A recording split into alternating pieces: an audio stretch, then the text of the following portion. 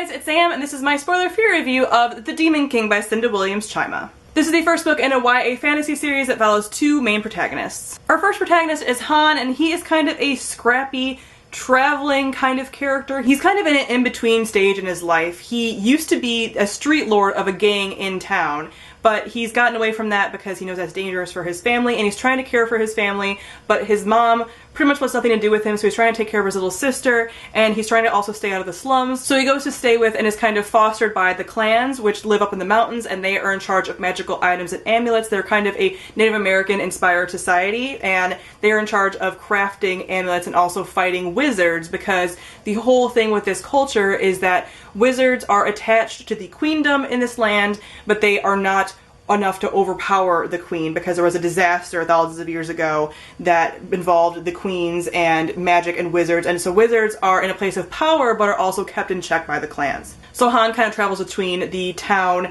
and his past life and the clans and kind of being fostered there, and he's this kind of like transient almost character. Then we have Reza, who is the princess heir. Her father is the king consort, and he is actually from the clans, and her mother is obviously the queen, and her father's been away for a very long time. He is a traitor, and he is constantly gone, which she obviously thinks is a terrible idea, and her mother is starting to kind of be influenced by the High Wizard, and obviously that is not a good thing, as I've said, with all the political turmoil going on. So this is a story of how these two characters' paths kind of cross and what is going on and how their stories are kind of influencing one another, because at the very beginning of the story, Han comes in contact with a wizard friend of Reza's actually, and he becomes in contact with an amulet, and everything kind of takes off from there. I understand it's a very complicated setup, and I'm going to talk a little bit about that with the world building. So this book is very much a foundational book, and you guys know how I feel about foundational first books. I enjoy them in the end, but at the beginning I'm always just like, ugh, because it feels like nothing is really happening at the beginning.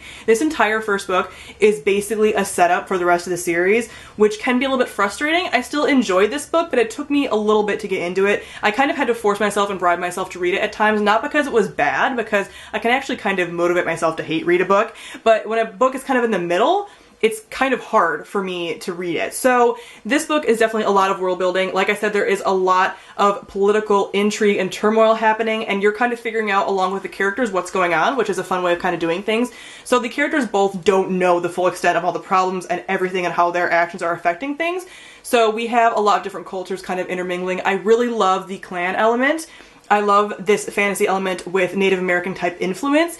So good and really well done. As far as I saw, I didn't see anything that was particularly problematic with it. It's very respectfully done, and I really enjoy how there's this kind of power balance between wizards who have magic and the clan who has magic, and kind of the clan helping the wizards, but also keeping back too much power from them. And there's also an element of this war that's happening in the South that is influencing things, and you hear kind of mutterings of that. So there's definitely a lot of build-up for the things that are going to happen in the rest of the series and the different conflicts that are going to happen in the rest of the series. And there's also a lot of characters introduced and character interactions and stuff, so it's not really dumpy in any way, like it's not just info dumpy or anything, but there is a lot of information in this first book, and it's fairly long, so if you're going to go in the series, I've heard amazing things about it, which is why I plan to continue the series, and I really like the ending of the story, but definitely be prepared for the fact that this first book is definitely really foundational. The next thing I want to talk about is the characters. I definitely think the characters are the strongest point of this first book. It did take me a little bit to really fall in love with them, but by the end I was very connected to their stories and I really want to know what's going on.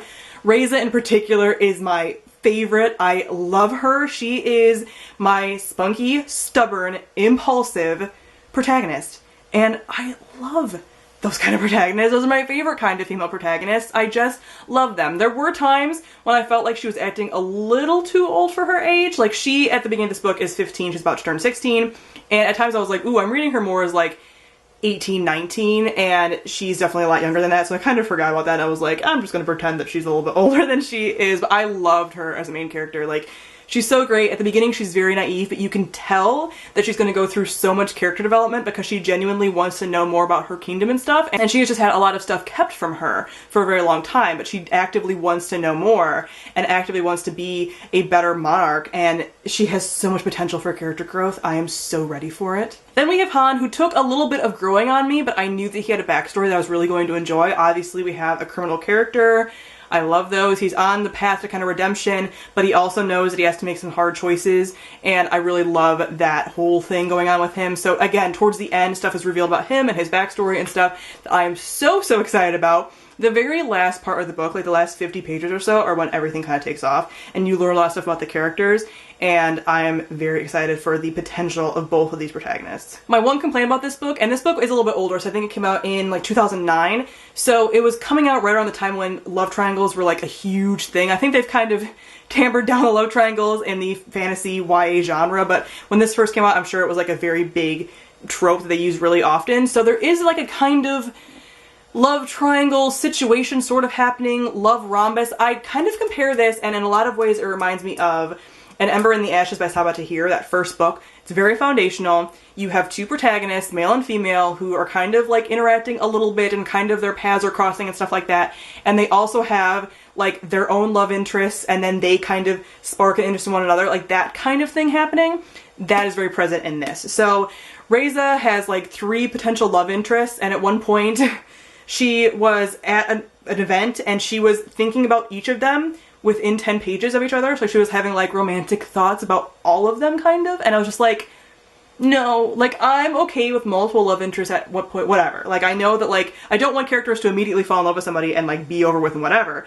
But I don't like when they're so flighty that they're like thinking about their multiple love interests when like shit is hitting the fan. So I really kind of have an issue with that. And then Han has like, I think a couple of love interests as well. So it's kind of this like abundance of love interests, and that's a little annoying, especially when it's like, okay, I want, especially for Reza, I have one character that I'm like, ooh, you, I pick you. So it's a little frustrating to have like all those love interests. So definitely if you know how the pacing is and the structure is and the love interest thing is in An Ember in the Ashes, then you're kind of prepared for this. It's a different story, it's a different setting, it's different plot points, like it's very different, but the structure and the pacing and the love interest thing is similar. Next, let me talk about the plot. I've already kind of touched on this, but the majority of the book is fairly slow. Like you're kind of waiting for things to happen. It's very just foundational, building up background, showing you the different characters, the power players, and the cultures, and how the world works, and their like mythos and everything like that, which is great. It'll be great for the rest of the series.